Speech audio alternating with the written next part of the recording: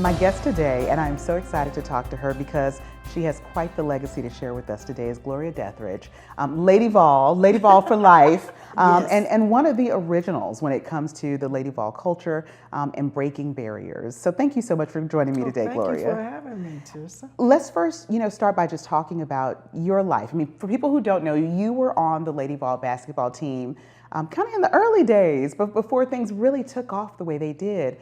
How did you get your start in basketball? Well, I got my start in basketball back when I was in Cleveland, Tennessee. My brother, who was Terry Scott, was the first African American to play for Bradley County. And during the integration, when my grandmother and the NAACP had made a promise that they would help integrate. So she volunteered my brother, who said, "I'm not going." She said, "Yes, you are." And so the first day, the NAACP representative dropped him and four other kids off at the walk. They couldn't drive any further. And there was a line of students, as you can see from past experience, that they walked all the way through the line. People were calling them names, but the principal and assistant principal was waiting for them at the front steps. So I rushed them on up, told them just don't look at it. NAACP said, don't, just keep your head straight, do not look to the side, just keep going. They took him to the principal's office, shut the blinds so nobody could see what was going on, and told my brother and said, "You guys cannot leave. I expect you and I hope that you would stay here and not let them run you off because this is very important." So the principal talked to my brother and said, "In fact, I heard you play basketball." He said, "Yes." So he called the coach to come in. The coach came in and says, "Oh, I hear you play basketball." He said, "Yes." He said, "Can you dunk?" He said, "Yes." So with his Sunday shoes on, because back then you dressed up for school. Had the Sunday school shoes on. You're serious. To the basketball court. And all the team called the team in to introduce him to the team and to ask him to dunk. And of course, he did. And so the principal looked at him and said, the coach looked at him and said, "You're on the basketball team." So that was the beginning of us playing basketball. So he played for Bradley County as the first African American to play for them. Then my second brother, Levi, who's 4 years older than me, he came in and he joined the basketball team. So that's how that got started. So then they saw me run track again on May Day. You know, back in the days, we had May Day and had all these events and affairs, and I was running track. Didn't have a clue what I was doing because we never really had a team. They just had a day of where we had fun. So we had other schools to come in. And so not knowing what I was doing, they said run the 880. At the time, it's 800 now. And I took off running so fast. And when I got around there, they said, "You got one more time." But I kept thinking, why is everybody so far behind me? Oh, I don't understand. Are they that slow? It was that. I can't even relate to that. That is amazing. So when I finally got across the line, I won. And so the coach from a predominantly white school in the community that saw that, and he found out who I was. I was Terry Scott's sister, and came to my house to recruit me to play basketball. Because he said, "I guess if my brothers can play, she must have some talent too."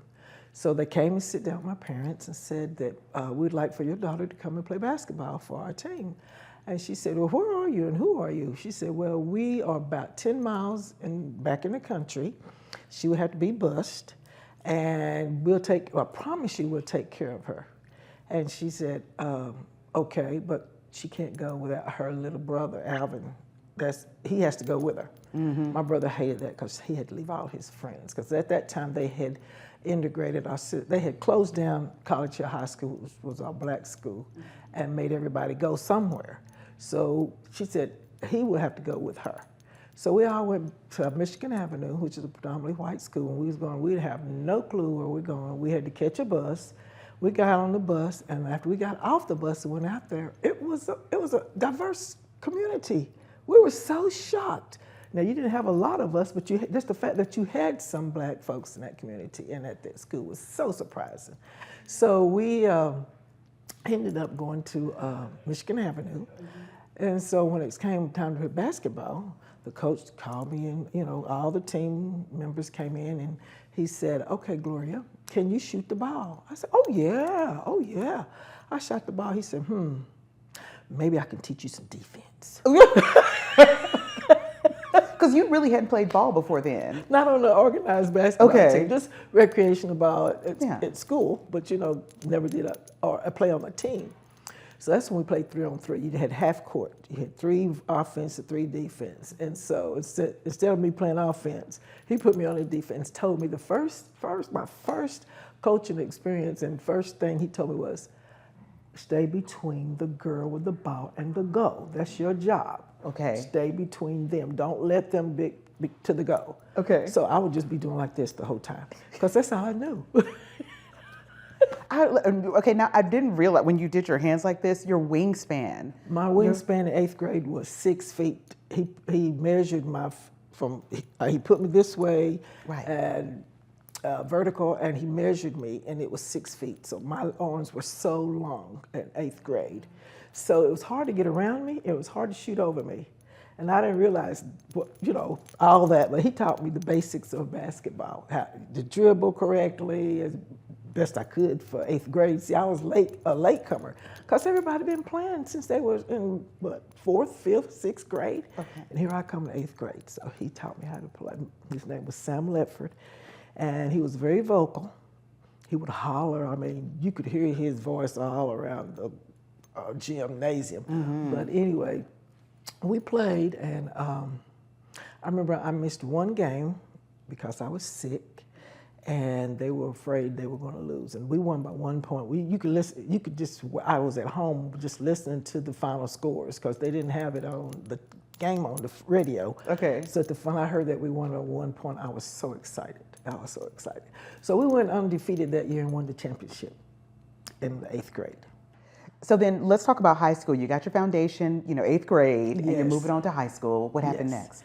Jim Smitty was the coach for Bradley Central High School, and he was the winningest coach in the state as far as 3-on-3. And so they said, he won't holler, he's quiet. But no, that was not right. See, we had Converse that were old, because we didn't have the money to buy any tennis shoes. Everything was just, kind of hand-me-downs or something. So when we had practice, I was slipping and sliding, and I wasn't defense. They said, "Oh, this is the one that's supposed to be so good in defense. She's not doing so hot." So they gave us our tennis shoes, our practice uniforms. Everything was given to us as a part of the team. Once you made the team, I didn't make the traveling team. I just made the team. But when I got those shoes on, and I wasn't slipping and sliding, it was on. It was on. Because see, I'll tell you what, when I go for it, I go for it. Because that's how my coach in the 8th grade taught me. When you play defense, you play tough defense. You go for the ball. We had knee pads. We had everything. You hit the floor, you go for the ball. So when I did that, they said, "Oh, she can play defense, can't she?" So they ended up putting me on the traveling team. But I didn't have a jacket like everybody else. They had given out the traveling jackets, and they didn't have any more. Just so happened that my oldest brother had a jacket that was the color they had, and I started wearing my brother's jacket and traveled with the high school team. That was so funny.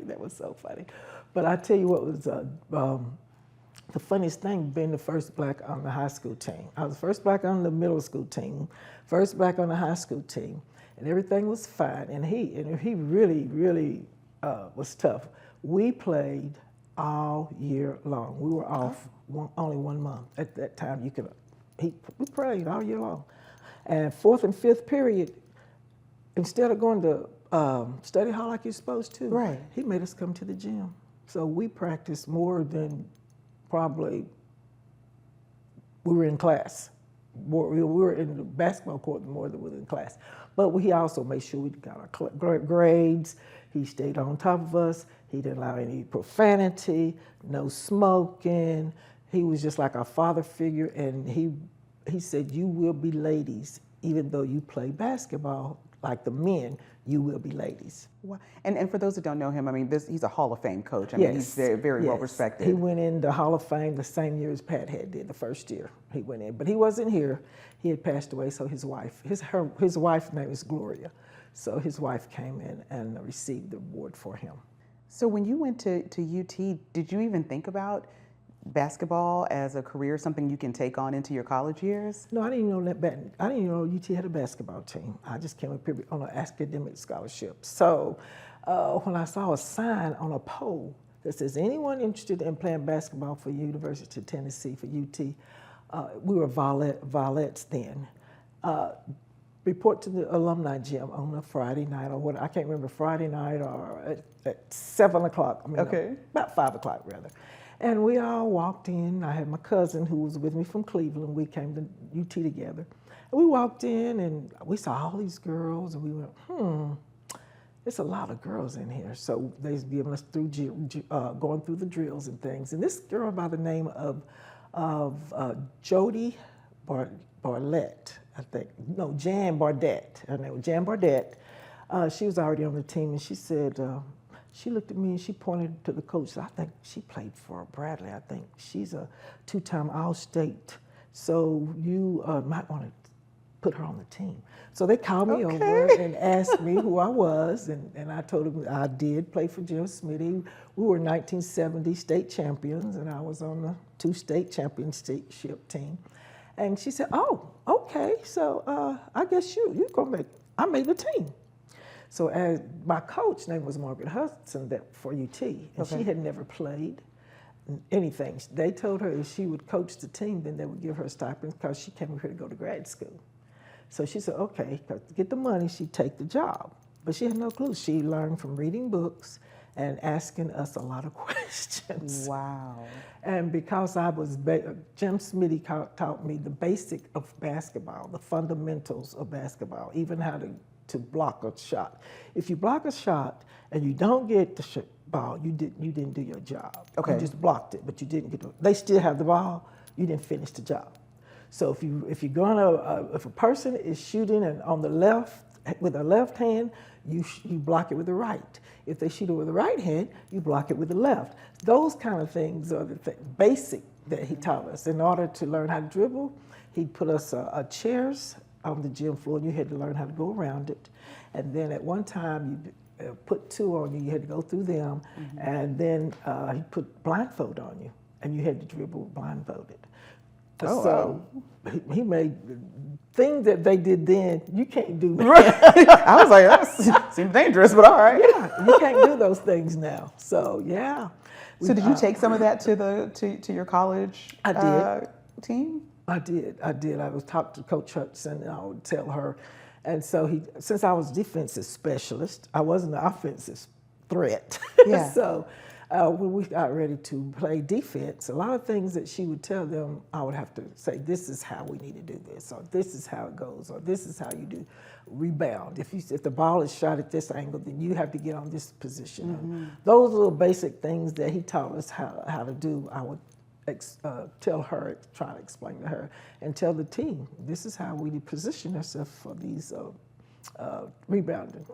Did you realize when you joined the team that you were the first Black player on the Lady Vols team? Well, it was another girl that made it, but I was the first to play. I really didn't think about it. I loved basketball, so all I wanted to do was play, and it never came to, because I was the first and all the way through, it never dawned on me that I was first at the University of Tennessee because I didn't understand the bit of University of Tennessee history.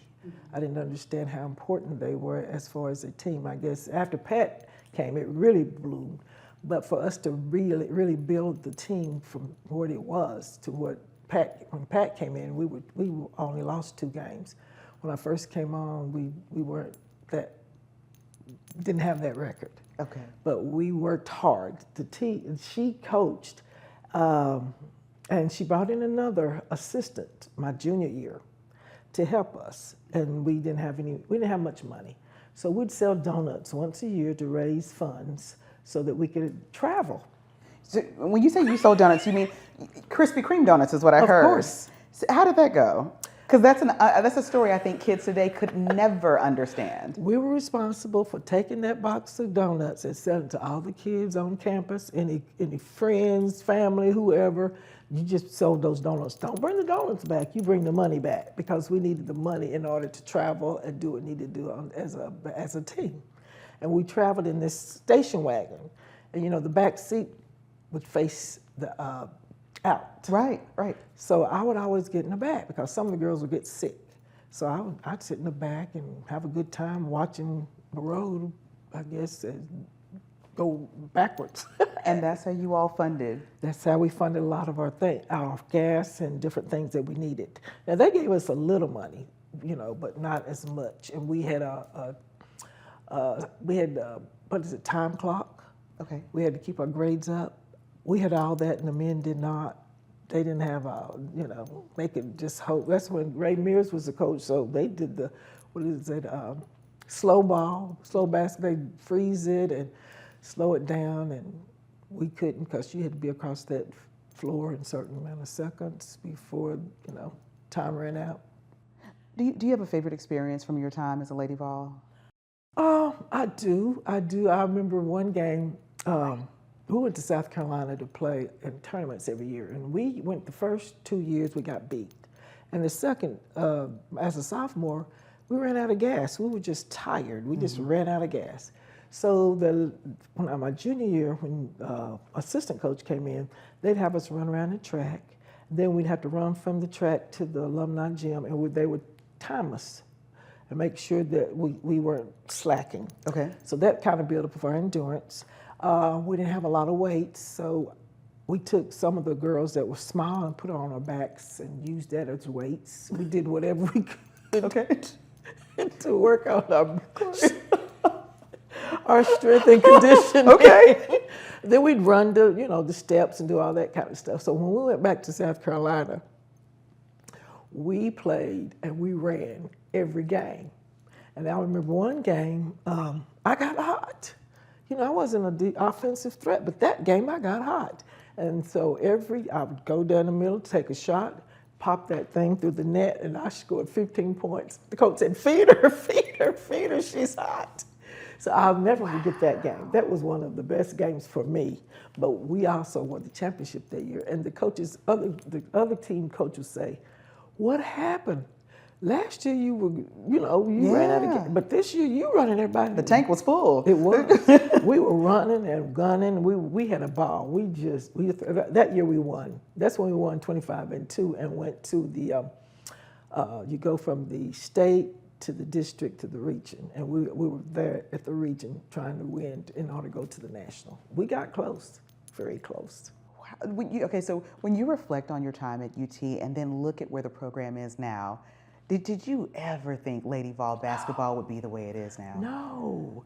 See, my senior year, I went to work for the Knoxville Area Urban League and didn't play, and that was the year Pat came in. And both of us was very stubborn because the team said, they kept telling Pat, call Gloria. She is our defensive person. Okay. And I said, well, no, I just decided I'm going to give up, and I'm not going to go to. If I go to the game, then I would miss it real bad. So I wouldn't go to the games or anything. And so I wouldn't call her, she would call me, and I didn't get to play. Two strong personalities. Two strong personalities. But they said, Gloria, if we'd had you, it'd have been a different year because we didn't have the defensive person that did the rebounding and bring the ball across like I did. But now that I look back, excuse me, I wish I had played for Pat because I did meet her. Yeah. We had a conversation. The funny thing is I worked at TVA, and I heard that Pat was going to be our keynote speaker for our women's conference. I said, oh, she's probably a good coach, but I bet she can't speak. She's not a good speaker. I just had this little attitude, you know. I went to that conference. She was awesome, off the chain. So I walked up to her and I said, Pat, I loved what you said. I just enjoyed you. She said, hey, what's your name? I said, Gloria Scott. She said, you didn't come to basketball practice 10 years ago.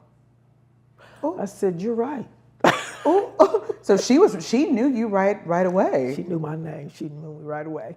So we talked and had a good time. I got her book and I had her to sign her book. In her book she said, I wish I had coached you, Pat Summit. I have that book, I'm gonna always keep that book. That's right. And so then I joined the alumni, become a Lady Vol alumni. And so I went to her house, saw her, took my daughter with me. Okay. So give my daughter the opportunity to meet Pat Head. And She did, and Pat said, we have a little basketball player here. I said, no, she's a dancer. She's a dancer? Oh. She danced with the Tennessee Children Dance Ensemble. So she said, oh, really? I thought I was going to be able to coach your daughter. And my daughter looked at me and said, see, Mom, if you put me in basketball, then I could have been paying for Patty. Hey, it's never too late. Never, you started in 8th grade, never too late. Never too late. Wow. But she was already involved with the Tennessee Children Dance Ensemble. So that was her legacy, dance. What type of wisdom do you impart on the current Lady Vols? I know you are able to speak to them, especially with your work with the Women's Basketball Hall of Fame and being alumni for the Lady Vols. But what's it like making that connection with them? Oh, I love it. I love it. I went over there and spoke to them and told them my story about playing basketball and being the first and blah, and all that. And they came up to me and they hugged me. We met each other, just talked, and that camaraderie we had, it's just, I love it. So I am a season ticket holder. Been one since, I could say 20 years now, about probably. So I've seen a lot of girls come through, and when I meet them and talk to them, we just bond. Because if you're a Lady Vol for life, you are a Lady Vol for life. And so we just kind of connect that way. In fact, I saw Candace at the Final Four. And I walked up to her and told her that I played. Candace Parker. She said it like we all, just her first name but Candace. Candace Parker. Go ahead. And I walked up to her and I told her, I said, I told her that I played in '71. She said, oh, you're an alumni, come on, we can take a picture. So we took a picture and she said, I'll see you later, Lady Vol. And so that is just automatic. You just kind of connect. And I'm a close friend with Hornbuckle. Oh yeah, Alexis Hornbuckle, yes. Yes. That's when I first got to Knoxville. So when I got to Knoxville, I didn't know about the magnitude of women's basketball. Mm-hmm. And when I got here, I was like, why is everybody so hyped up? And then went to one game and was like, I see. Uh-huh. I see. So I know quite a few of them. We used to have alumni games during alumni. When they have the alumni, bring the alumni back, we used to play ball. You still got it? You still playing basketball? Honey. You still, let me find out you're still out there playing. No. I probably couldn't get the ball to the net. It's been a long time. But yeah, so my family and I have a basketball camp we do every year. Back home, right? Mm-hmm. Okay. We do. It's from free. We bring in kids from age 8 to 15, and we just love on them. We give them skills, basketball skills, life skills. We have to have someone come and speak to them, for being. One day you might come down and speak to them. I'll make that drive, absolutely. Yes.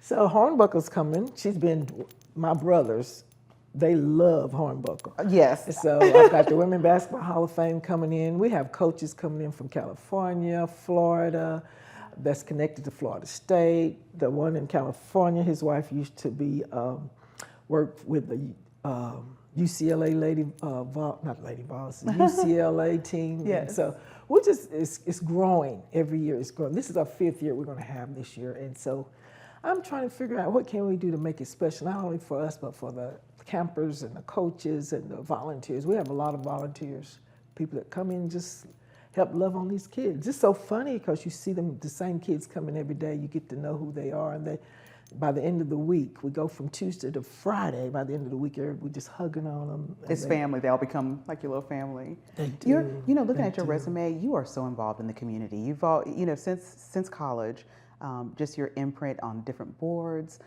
You've been on school board. You name it, you've kind of done it. What makes you push to be so engaged with the community? My kids. When you have kids, you do things that you don't even think you're going to do. I never thought about having children when I played ball or anything. Then next thing you know, you get married and you have kids. So I became involved in PTA when I was my children were in middle school. Mm-hmm. So it moved on over, so they were at Vine. And we moved on over to Austin East, and I became the president of the PTA.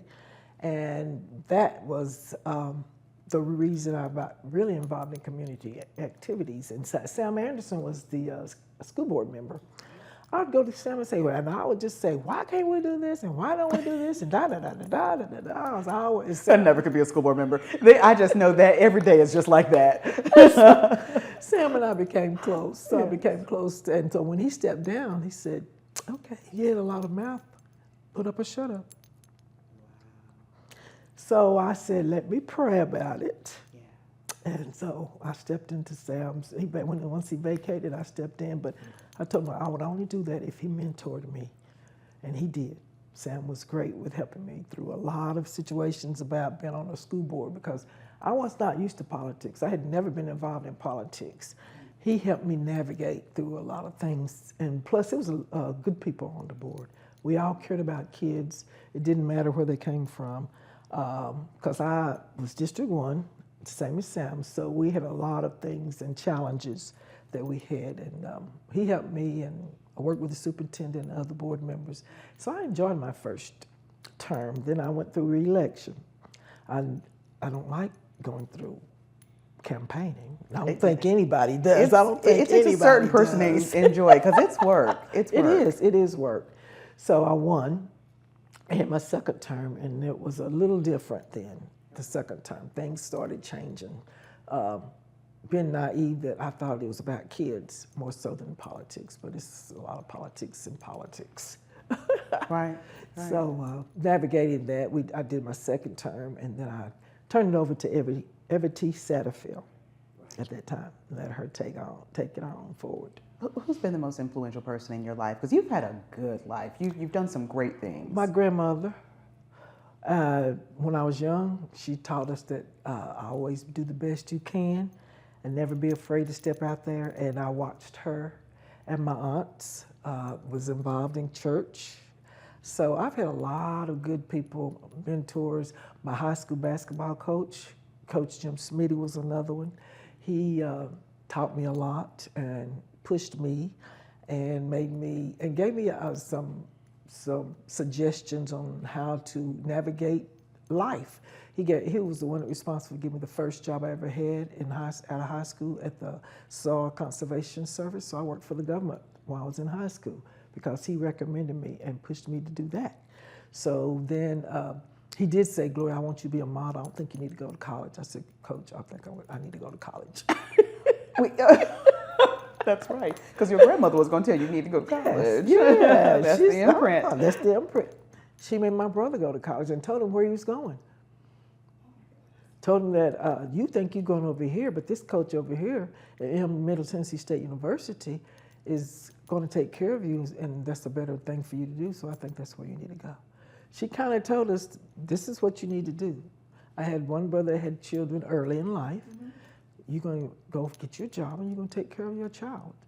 And you don't have a choice. And back then you did. After they said that's what you're going to do, that's what you're going to do. Yeah.